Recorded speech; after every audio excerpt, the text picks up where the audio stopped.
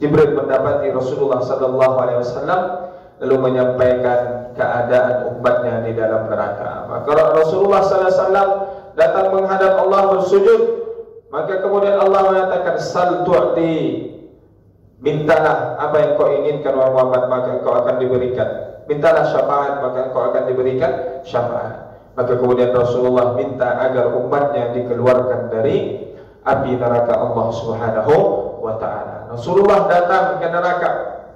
Begitu malaikat-malaikat melihat Rasulullah, malaikat-malaikat berdiri dari singgasananya yang berada di tengah neraka menyambut kedatangan Rasulullah sallallahu alaihi wasallam. Maka kemudian malaikat-malaikat bertanya, kenapa datang ke tempat ini ya Rasulullah? Maka Rasulullah bertanya, bagaimana keadaan umatku? Sempit mereka keadaannya, ya, mereka disiksa di dalam neraka ini. Maka Rasulullah minta dibuka penutup neraka itu.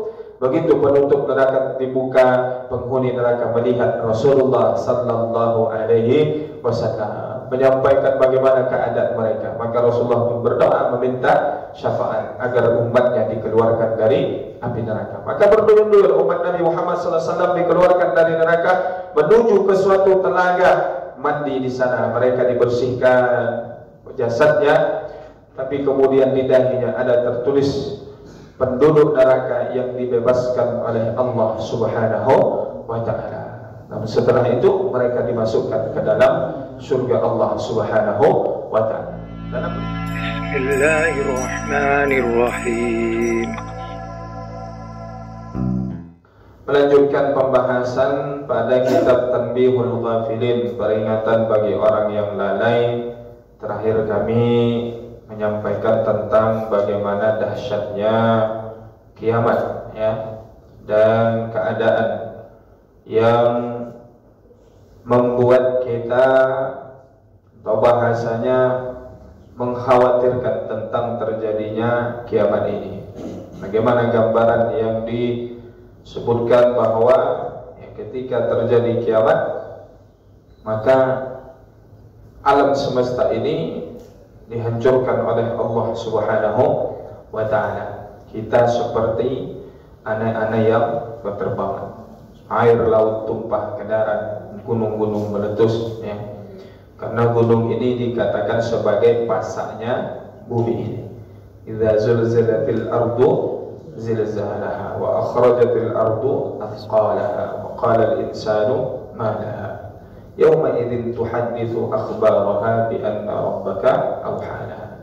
Ketika bumi ini diguncangkan, kemudian isi perut bumi ini dikeluarkan, sehingga manusia bertanya apa yang terjadi pada hari itu.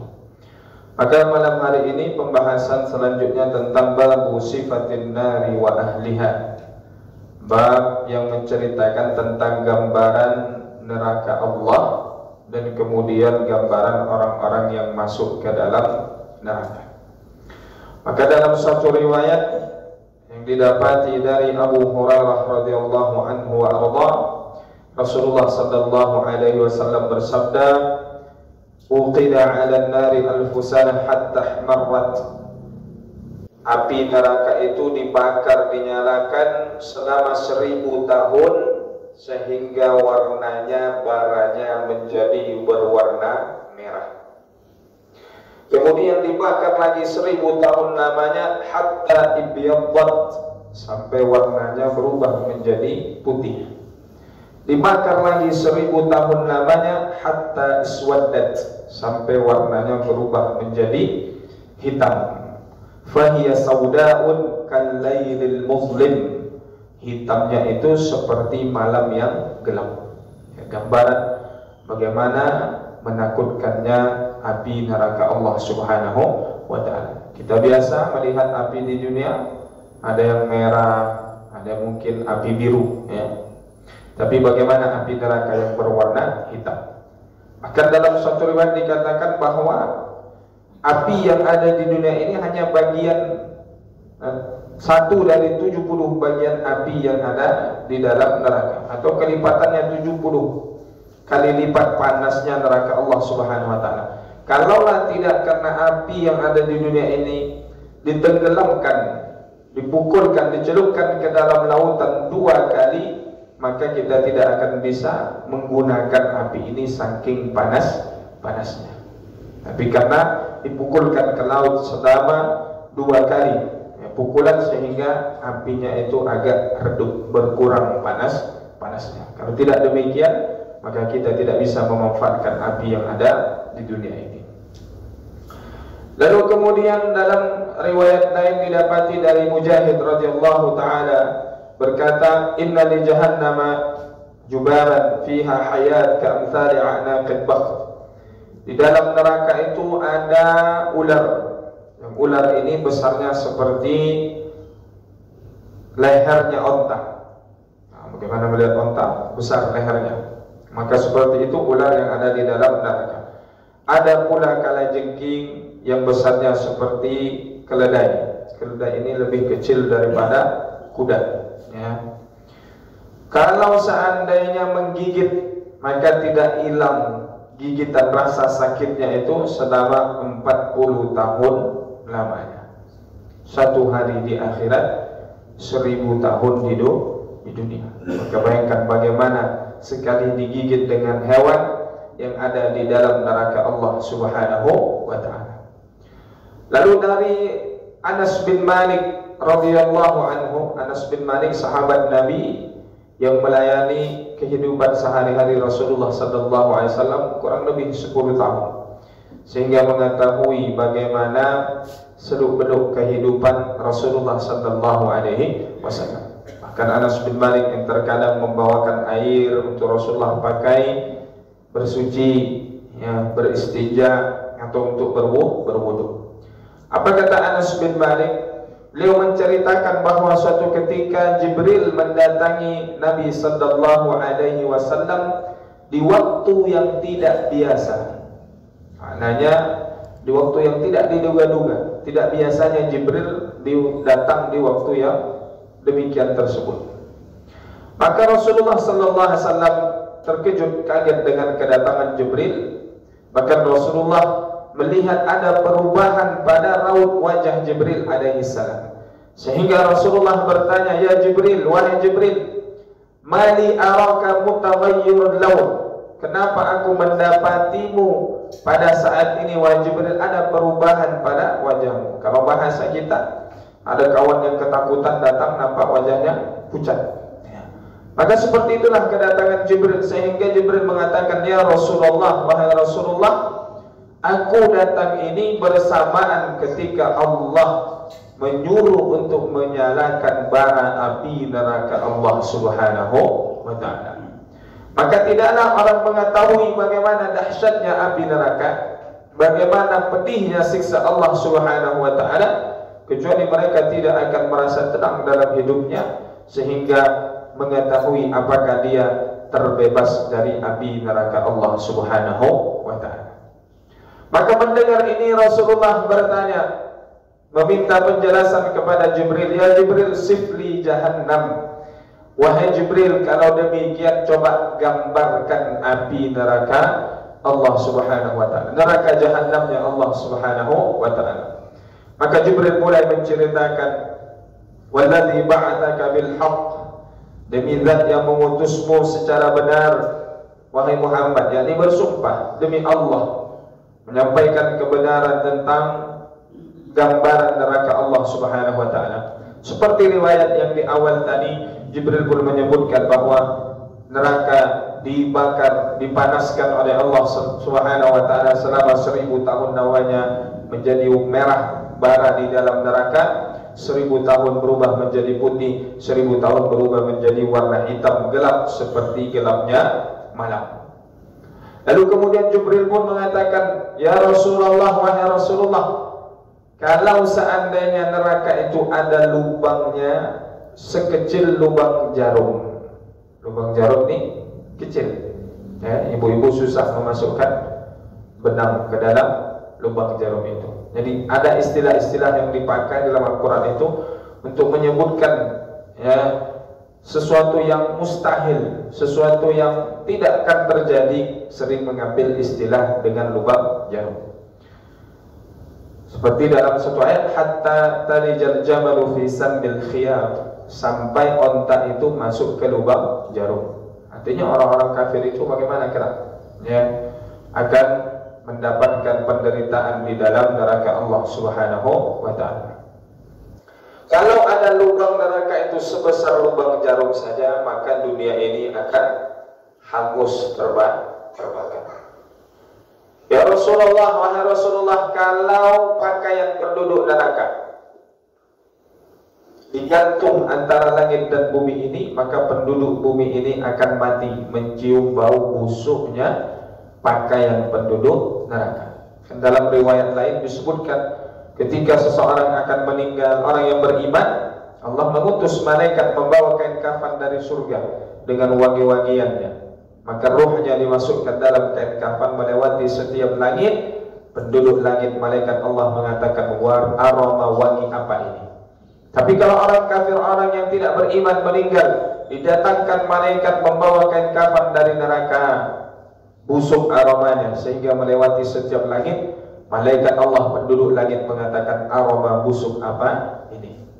Maka kalau pakaian penduduk neraka ini digantung antara langit dan bumi, maka orang yang ada di bumi ini akan mati mencium bau busuknya.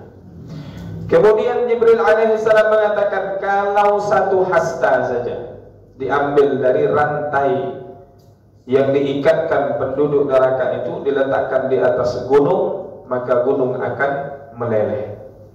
Jadi penduduk neraka begitu mau dimasukkan, mereka dibelenggu, diikat dengan rantai.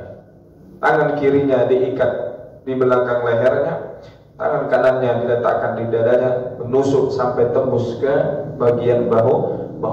Diseret mereka, dimasukkan ke dalam neraka, dihitamkan wajahnya oleh Allah Subhanahu wa taala. Kemudian kata Jibril, kalau seandainya ada seseorang yang dibakar di bagian atau disiksa di sebelah timur, maka yang di barat akan ikut hangus terbakar. Nah, begitulah di antara gambaran neraka Allah Subhanahu wa taala. Lalu kemudian Jibril juga mengatakan, ya Rasulullah, neraka itu ada 7 pintunya. Dalam Al-Quran disebutkan, laha sab'atu abwabin li kulli babin minhum juz'un maqsum. Setiap pintunya itu ada bagian mana yang untuknya laki-laki, mana yang untuknya perempuan. Maka Rasulullah bertanya, ahiyaka abwabina hadhihi ya Jibril? Apakah pintu neraka itu sama dengan pintu kami ini Jibril? Maknanya pintu kita ini kan terbuka dari samping. Maka kata Jibril, tidak, pintu neraka itu terbukanya dari atas. Maknanya tingkatannya. Dan jarak antara satu pintu dengan pintu yang lainnya itu menempuh jarak perjalanan 60.000 tahun lamanya, jauhnya. Dan antara neraka yang paling bawah dengan yang di atasnya itu perbedaannya 10 kali lipat panasnya. Neraka tingkatan yang paling bawah yang paling panas. Kedua, ketiga, keempat, kelima, keenam, ketujuh. Nah, 7 itu agak sedikit ringan, agak sedikit berkurang dibanding yang paling bawah. Nah, maka Rasulullah mengatakan, siapa yang memasuki pintu-pintu ini wahai Jibril? Jibril mulai menceritakan, menyebutkan bahwa pintu yang pertama dimasuki oleh orang-orang munafik, pintu yang paling bawah. Dalam Al-Quran ditegaskan, innal munafiqina fid darkil asfali minan nar. Orang munafik itu tempatnya di neraka paling bawah. Karena orang munafik ini munafik i'tiqadi, munafik secara keyakinan. Nah, di hadapan Nabi, para sahabat menampakkan seolah-olah beriman, salat bersama Rasulullah, tapi di balik itu ketika kembali ke kelompok mereka mengatakan, innama nahnu mustahzi'un, kami ini mengolok-olokkan Muhammad dan kawan-kawannya. Kami pura-pura beriman padahal kami tidak beriman. Padahal mereka mengolok-olokkan diri mereka sendiri. Maka ancamannya di dalam neraka yang paling bawah. Itu orang-orang yang munafik secara keyakinan. Ada pula istilah ulama kita munafik amali, munafik secara perbuatan. Kalau hanya perbuatannya saja, tidak secara keyakinan, maka tempatnya bukan di neraka yang paling bawah. Siapa orang yang munafik secara perbuatan ini? Itulah yang disebut oleh Nabi ayatul munafiqi salat. Ciri-ciri orang yang munafik secara perbuatan ini ada di 3. Kalau berbicara masih kadang berbohong. Bahaya kalau ini yang disebutkan diancam di dalam neraka paling bawah. Semua kita bisa masuk neraka yang paling bawah. Karena kita kalau berbicara masih ada kadang bohongnya, walau sedikit-sedikit. Kalau berjanji masih kadang ingkar. Kalau dipercaya masih kadang berkhianat. Ini kata ulama kita, munafik amali, munafik secara perbuatan, bukan munafik secara keyakinan. Lalu disebut lagi oleh Jibril yang masuk ke neraka pintu yang kedua, kelompok ini, ketiga ini, keempat iblis bala tentaranya, kelima, keenam. Lalu Jibril berhenti, tidak melanjutkan siapa yang masuk ke pintu yang ke-7 ini. Lalu Rasulullah mengatakan, kenapa tidak kau lanjutkan wahai Jibril? Siapa yang masuk ke pintu ke-7 ini? Lalu Jibril alaihi salam dengan kalau bahasa kita segan Jibril ini untuk menyampaikan. Kata Jibril alaihi salam, ya Rasulullah, yang masuk di pintu ke-7 itu adalah umatmu yang melakukan dosa besar, tidak bertobat sampai dia wafat. Maka mendengar ini Rasulullah pingsan, mendengar ada umatnya yang masuk ke dalam neraka. Jibril membangku Rasulullah, meletakkan kepala Nabi di pangkuannya. Sadar Rasulullah dari pingsannya. Kemudian Rasulullah melihat Jibril lalu mengatakan, ya Jibril, wahai Jibril, azumat musibati washtaddat hazni. Wahai Jibril, alangkah besarnya musibah yang menimpaku, bertambah kesedihanku. Wahai Jibril, apakah ada di antara umatku yang masuk ke dalam neraka? Maka Jibril mengatakan, na'am, iya ya Rasulullah, mereka yang melakukan dosa besar dan tidak bertaubat sampai dia wafat. Menangis Rasulullah, menangis pula Jibril alaihi salam. Setelah kejadian ini, Bapak Ibu yang dirahmati Allah, Rasulullah tak pernah keluar rumah selama 3 hari lamanya, kecuali keluar hanya pergi melaksanakan sholat. Selesai sholat, Rasulullah tidak berbicara dengan siapapun, kembali ke rumahnya. Di hari keempat datanglah Abu Bakar As-Siddiq, mengucapkan salam ke Rasulullah, minta izin di depan pintu Nabi untuk datang berjumpa dengan Rasulullah, tapi tidak mendapatkan izin. Tidak ada jawaban dari Rasulullah untuk mengizinkan Abu Bakar masuk berjumpa dengan Nabi. Pulang Abu Bakar dengan menangis. Hari berikutnya datang Umar bin Khattab melakukan hal yang sama, tidak ada jawaban, tidak ada izin untuk masuk berjumpa dengan Nabi. Pulang Umar dengan menangis. Salman Al-Farisi di hari berikutnya juga datang, sama, tidak mendapatkan jawaban dari Rasulullah sallallahu alaihi wasallam. Lalu kemudian Salman Al-Farisi segera mendatangi rumahnya Fatimah, putri baginda Nabi sallallahu alaihi wasallam, menyampaikan apa yang sedang terjadi dengan Rasulullah sallallahu alaihi wasallam. Kemudian Fatimah bergegas mendatangi rumah Rasulullah, mengucapkan salam, meminta izin. Lalu Rasulullah pada saat itu sedang dalam keadaan sujud menangis. Maka Rasulullah mendengar putrinya datang. Maka kata Nabi, kenapa pula putriku ini terhalang untuk berjumpa denganku? Ifta'u lahal bab, buka pintu untuk Fatimah.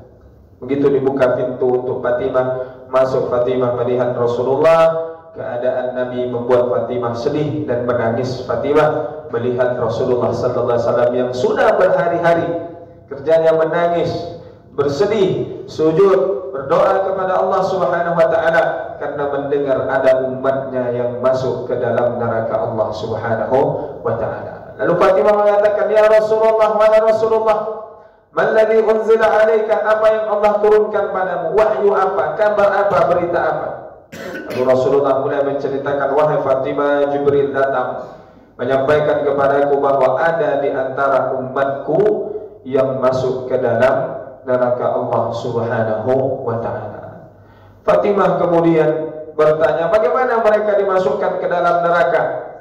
Kata Rasulullah sallallahu alaihi wasallam, mereka dimasukkan ke dalam neraka tidak dibelenggu, tidak dirantai, tidak dihitamkan wajahnya oleh Allah, tidak disumpal mulutnya, tidak diseret dengan wajahnya. Maka berbeda dengan keadaan orang-orang penduduk neraka yang lainnya. Lalu kemudian ketika penduduk atau orang-orang melakukan dosa besar ini tidak bertaubat sehingga wafat, dibawa oleh malaikat untuk dimasukkan ke dalam neraka. Begitu sampai di pintu neraka, berjumpa dengan malaikat Malik. Malaikat Malik bertanya kepada malaikat yang membawa orang yang melakukan dosa besar ini tidak bertobat hingga wafat, siapa mereka ini? Kenapa keadaan mereka berbeda dengan yang lainnya? Tidak dihitamkan wajahnya, tidak diikat dengan rantai, tidak dibelenggu, tidak diseret dengan wajahnya. Lalu kemudian malaikat mengatakan, beginilah kami diperintahkan oleh Allah subhanahu wa ta'ala untuk membawa mereka masuk ke dalam neraka. Lalu malaikat Malik bertanya, man antum, siapa kalian ini? Orang-orang melakukan dosa besar tadi mengatakan, kami orang yang diturunkan kepada kami Al-Quran, kami orang yang berpuasa di bulan suci Ramadan. Lalu malaikat Malik mengatakan, bukankah Al-Quran itu diturunkan kepada umatnya Nabi Muhammad sallallahu alaihi wasallam? Maka mereka ketika mendengar nama Muhammad disebutkan, mereka pun menyeru, Muhammadah, ya kami ini benar umatnya Nabi Muhammad sallallahu alaihi wasallam. Maka kata malaikat Malik, bukankah dalam Al-Quran sudah dijelaskan kalian dilarang untuk melakukan dosa dan maksiat agar terhindar dari api neraka Allah subhanahu wa ta'ala? Mereka mengatakan benar, tapi tidak mengindahkan apa yang ada di dalam Al-Quran. Maka ketika sampai di bibir neraka, mereka meminta izin kepada malaikat Malik untuk menangisi dosa dan kesalahan mereka. Diizinkan oleh malaikat Malik menangis sampai habis air matanya, yang keluar akhirnya air mata darah. Lalu kata malaikat Malik, kalau tangisan ini kalian buat semasa hidup di dunia, sungguh alangkah lebih berguna, bermanfaat. Tapi hari itu di akhirat tidak lagi berguna penyesalan. Penyesalan sudah batasnya malam yughargir, sampai sebelum nyawa nafas kita ini sampai ke tenggorokan, ke kerongkongan kita, atau sebelum matahari terbenam dari sebelah barat. Kalau sebelum itu maka masih ada kesempatan untuk bertaubat kepada Allah subhanahu wa ta'ala. Lalu kemudian mereka pun dilempar ke dalam neraka. Begitu masuk ke dalam neraka, dijilat oleh api yang menyala-nyala, mereka mengucapkan la ilaha illallah. Api yang menyala tadi kemudian redup. Lalu malaikat Malik mengatakan, kenapa kalian tidak membakar orang-orang ini? Api neraka mengatakan, ya Malik, wahai malaikat Malik, bagaimana kami membakar orang yang mengucapkan la ilaha illallah? Kata malaikat Malik, bakar mereka. Begitu api menyala, mereka kembali mengucapkan la ilaha illallah. Api tadi kembali redup. Begitu berulang sampai 3 kali. Lalu malaikat Malik mengatakan, beginilah diperintahkan oleh Allah subhanahu wa ta'ala untuk membakar mereka.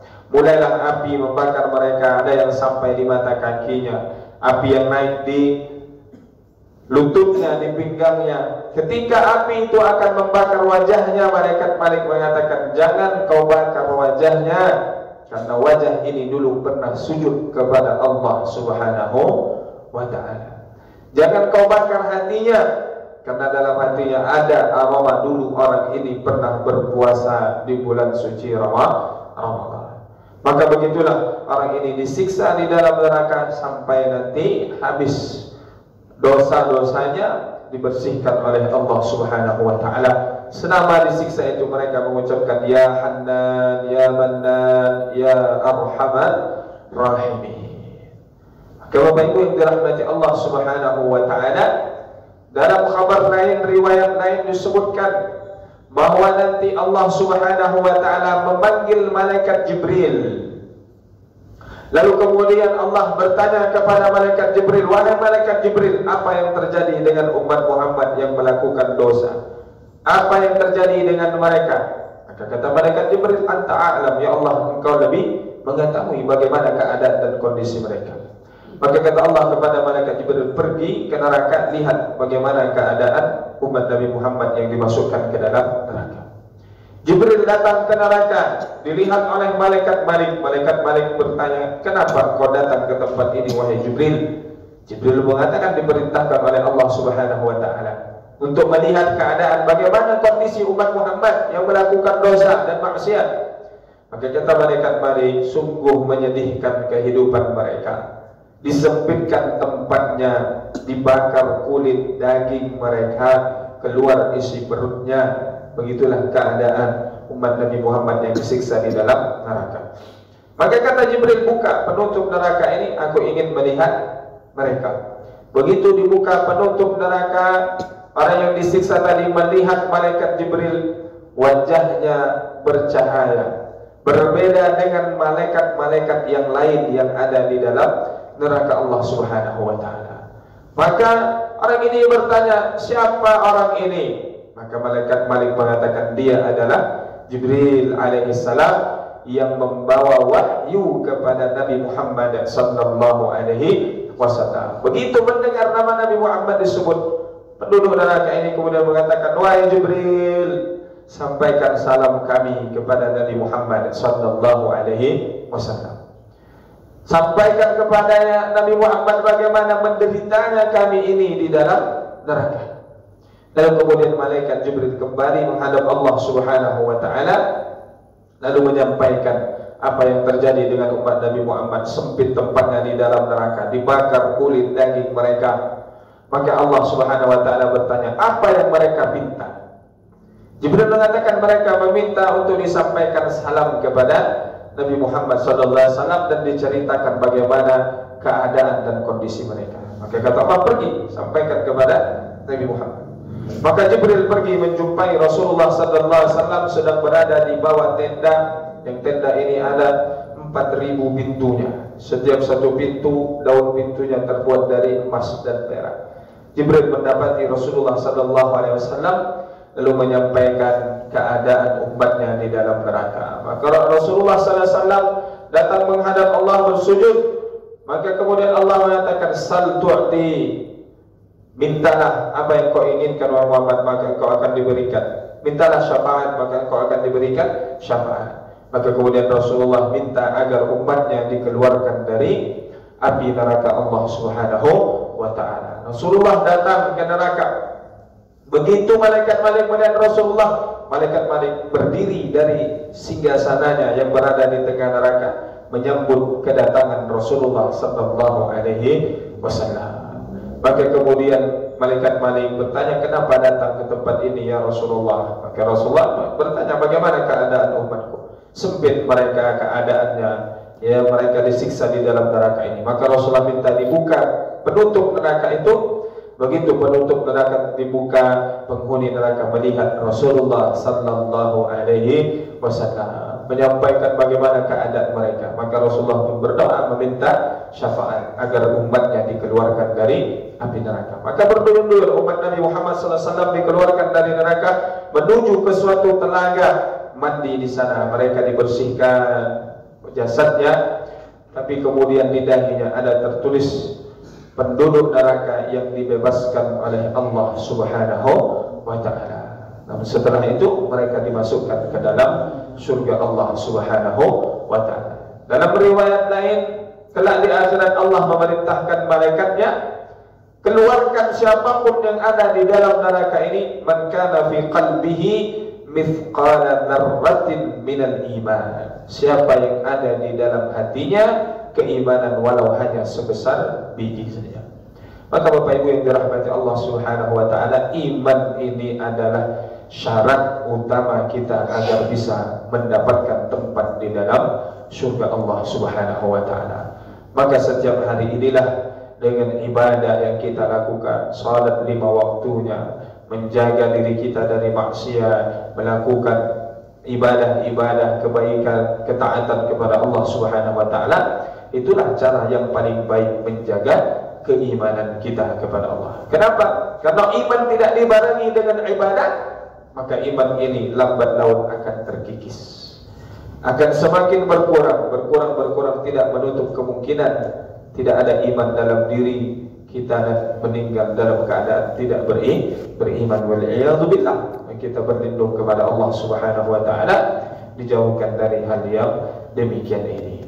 Maka Bapak Ibu yang dirahmati Allah Subhanahu wa taala, ya, gambaran neraka Allah Subhanahu wa taala ini Rasulullah katakan, ceritakan, gambarkan bagaimana keadaan neraka itu, dan sungguh hakikatnya jauh lebih dahsyat dari apa yang kalian gambarkan. Ibnu Mas'ud radhiyallahu anhu Allah juga mengatakan, wahai orang-orang yang bermaksiat, bersenang-senang dengan kemaksiatannya, ketahuilah, sadarlah bahwa di balik bersenang-senang kalian dari maksiat itu ada neraka yang sedang menunggu, sedang mengintai. Nanti dimasukkan ke dalam neraka. Hal min mazid. Neraka mengatakan masih ada lagi, masukkan. Neraka tidak akan penuh. Begitulah bagaimana dahsyatnya siksa Allah Subhanahu wa taala. Maka kemudian kelak kehidupan atau kematian itu dibawa dengan wujud seekor domba, diletakkan di antara surga dan neraka. Diseru penduduk surga, wahai penduduk surga, tahu kalian apa ini? Tahu, itu adalah kematian. Karena semuanya sudah pernah mengalami yang namanya kematian.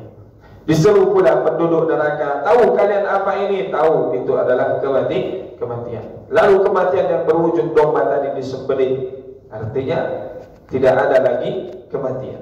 Maka diserulah penduduk surga, khuludun bila maut, kekal di dalam surga, tidak ada lagi kematian setelahnya. Karena kematian itu hanya sekali saja semasa hidup kita di dunia, ketika meninggalkan dunia ini menuju kehidupan yang kekal yang abadi di kehidupan akhirat. Begitu juga diseru kepada penduduk neraka, khuludun bila maut, kekal di dalam neraka, tidak ada lagi kematian. Seorang Imam Hasan Al-Basri rahimahullahu ta'ala, seorang kibar minat tabi'in, pembesar dari kalangan tabi'in, di bawah levelnya para sahabat, mengatakan, rajulun kharaja minan nari ba'da alfi sanah atamanna an akuna dhalika rajul. Kata Imam Hasan Al-Basri, seorang laki-laki keluar dari neraka setelah disiksa, dihukum selama 1000 tahun namanya, aku berharap laki-laki itu adalah aku. Maknanya tidak mengapa kalau harus disiksa 1000 tahun, 2000 tahun, yang penting tidak kekal di dalam neraka Allah Subhanahu wa ta'ala. Tak terbayang oleh kita bagaimana kalau kekal di dalam neraka, tidak ada ujungnya. Penduduk neraka nanti begitu dimasukkan ke dalam neraka, menyeru malaikat Malik, 40 tahun lamanya tidak dihiraukan panggilannya tersebut. Begitu dijawab oleh malaikat Malik, mengatakan, innakum makithun, ini tempat kalian. Jadi jangan, bahasa kita, jangan merayu-rayu minta dikeluarkan dari neraka ini. Kemudian mereka berdoa pun menyeru kepada Allah Subhanahu wa ta'ala, 40 tahun lamanya tidak ada jawaban. Begitu ada jawaban, ikhsa'u fiha, hinalah kalian di dalam neraka, dan jangan berkata-kata apapun. Setelah itu penduduk neraka hanya diam, menerima siksaan, hanya ada teriakan, rintihan, merasakan pedihnya, sakitnya disiksa di dalam neraka, dan mereka tidak berbicara sedikit pun. Lalu kemudian dikatakan pula, penduduk neraka nanti meminta diturunkan hujan, karena merasa bagaimana hausnya di dalam neraka. Haus, ingin minum, tidak ada minuman kecuali air yang mendidih, air yang menggelegak. Begitu diminum, hancur, rusak tenggorokan. Tidak ada makanan yang mengenyangkan, makanan hanya duri, nanah, darah. Maka mereka minta diturunkan hujan, didatangkan awan yang merah.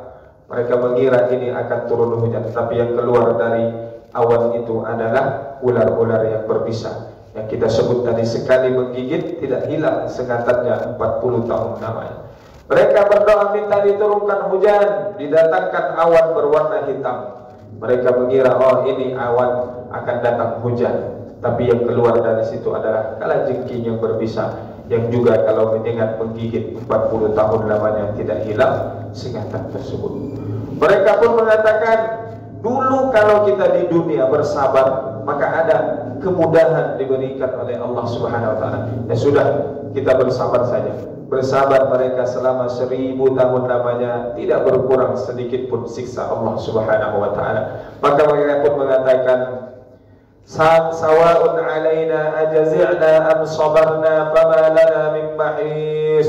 Sama saja bagi kita ini, kita mengadu, berteriak, mengeluh, merintih, atau kita bersabar, tetap sama. Tidak ada tempat keluar dari neraka Allah Subhanahu wa ta'ala. Begitulah keadaan kondisi orang-orang kafir yang kekal di dalam neraka Allah Subhanahu wa ta'ala. Adapun kita insyaallah orang-orang yang beriman, yang mengikuti ajaran baginda Rasulullah sallallahu alaihi wasallam, walaupun pernah melakukan dosa, dan kebanyakan dosa yang kita lakukan ini hanyalah dosa-dosa kecil.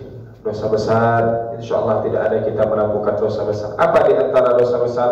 Syirik, menyekutukan Allah Subhanahu wa ta'ala. Satu-satunya dosa yang tidak diampuni oleh Allah, menyembah kepada selain Allah. Sihir, insyaallah kita dijauhkan dari sihir. Kemudian apa? Memakan harta riba, memakan harta anak yatim secara zalim, lari dari peperangan, menuduh perempuan melakukan perzinahan, melakukan dosa besar. Maka insyaallah dosa-dosa besar semacam itu tidak ada kita lakukan, tidak ada kita perbuat. Maka dosa-dosa kecil ini banyak amalan-amalan yang bisa kita lakukan sehingga mendapatkan ampunan dari Allah Subhanahu wa ta'ala.